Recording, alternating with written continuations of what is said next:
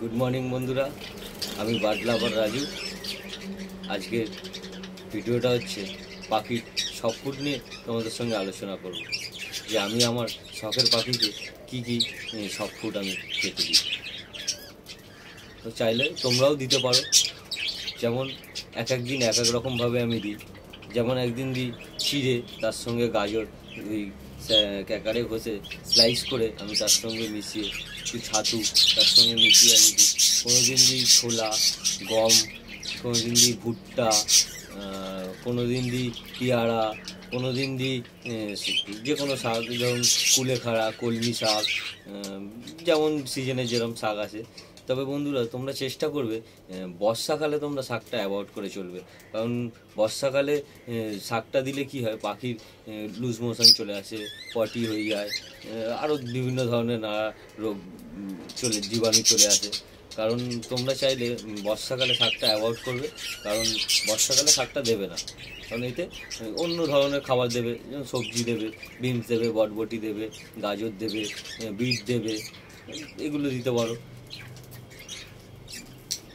যেমন আমি এখন সফট ফুডটা বন্ধ করে রেখেছি, কারণ আমি সফট ফুড আবার চালু করব।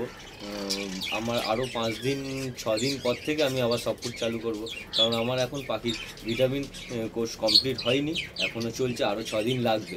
তাই সেই জন্যেই আমি এখন সফট ফুডটা দিচ্ছি না।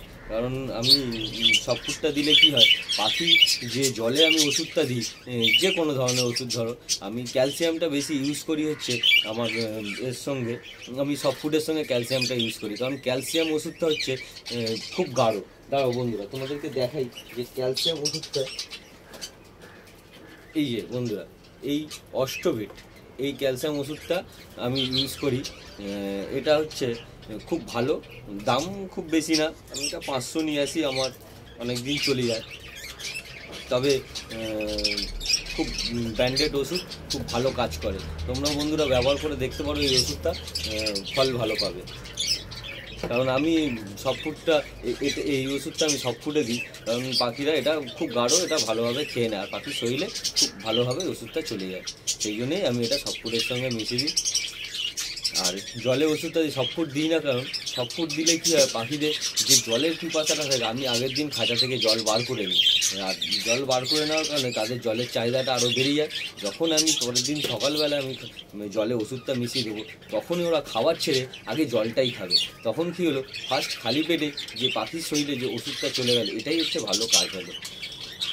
তবে চলো বন্ধুরা, আজ এই পর্যন্ত থাক, পরের নেক্সট ভিডিওতে তোমাদের সঙ্গে দেখা হবে। চলো অন্য আবার টপিক নিয়ে আসবো, যে পাখিকে আমি কীভাবে আরও কীভাবে ভালোভাবে আমি কেয়ার করি তোমাদেরকে দেখাতে পারি। কিন্তু অবশ্যই লাইক, কমেন্ট, শেয়ার করতে ভুলো না। চলো টাটা, গুড বাই, জয় হিন্দ। আমার শখের পাখিও ভালো থাকুক, আর তোমাদের শখের পাখিগুলো ভালো থাকুক। চলো টাটা, বাই।